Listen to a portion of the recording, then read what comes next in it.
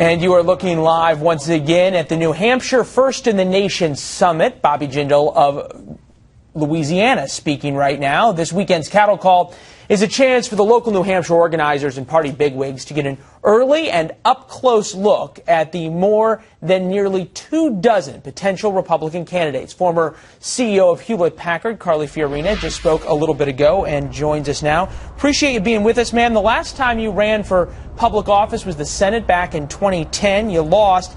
I'm guessing that feels a little bit different.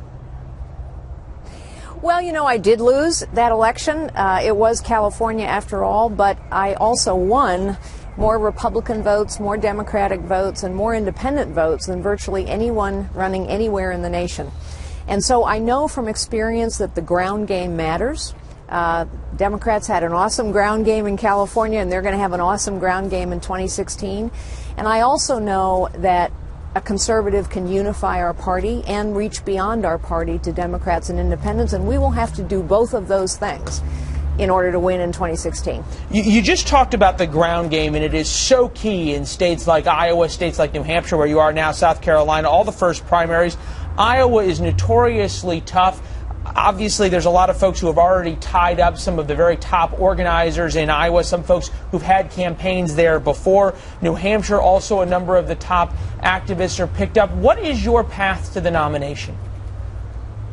Well, I actually am really pleased with the team that we are building and have built in both Iowa and New Hampshire.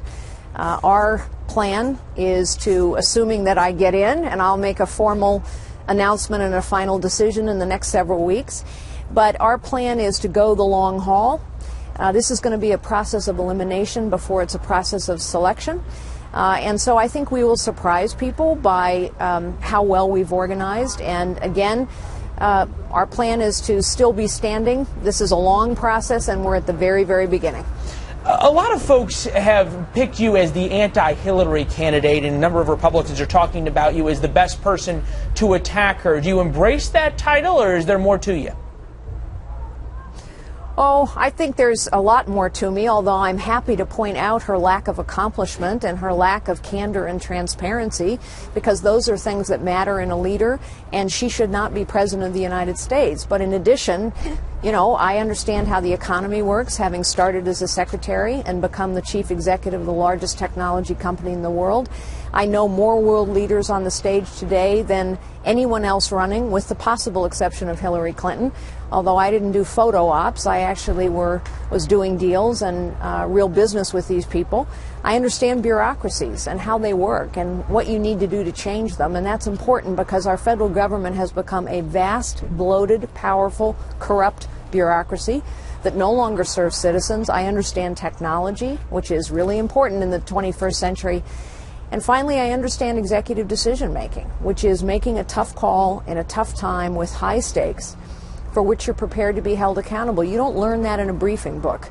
You learn that over a lifetime of experience. A lifetime of experience is an important question. One of the things that Hillary said in her video that came out last week, she said the deck is stacked for those at the top, and at some level she would know, somebody who makes hundreds of thousands of dollars giving speeches, or at least she did. But the same can be said of you, somebody who was the CEO of a large corporation, made a lot of money doing that. Do you feel like you can relate to everyday Iowans and New Hampshireans and South Carolinians on the campaign trail?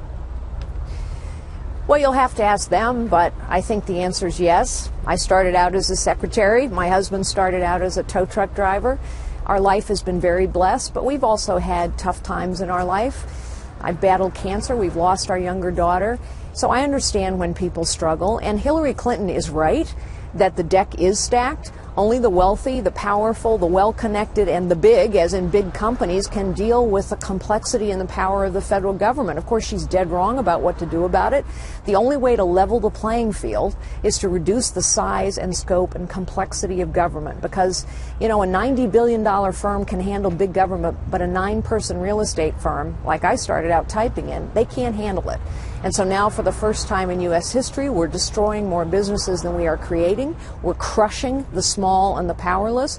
We're wrapping people's lives up in webs of dependence, and we have the lowest labor participation rate since 1976. That's a bad situation we're in, and government is part of the problem. I know we will hear more about your thoughts. May 5th, your book comes out, same day, actually, that Mike Huckabee says he's going to make his announcements in Hope, Arkansas, and we'll wait for your decision to come. Carly Fiorina from New Hampshire, we appreciate it, ma'am. Thank you. All the best.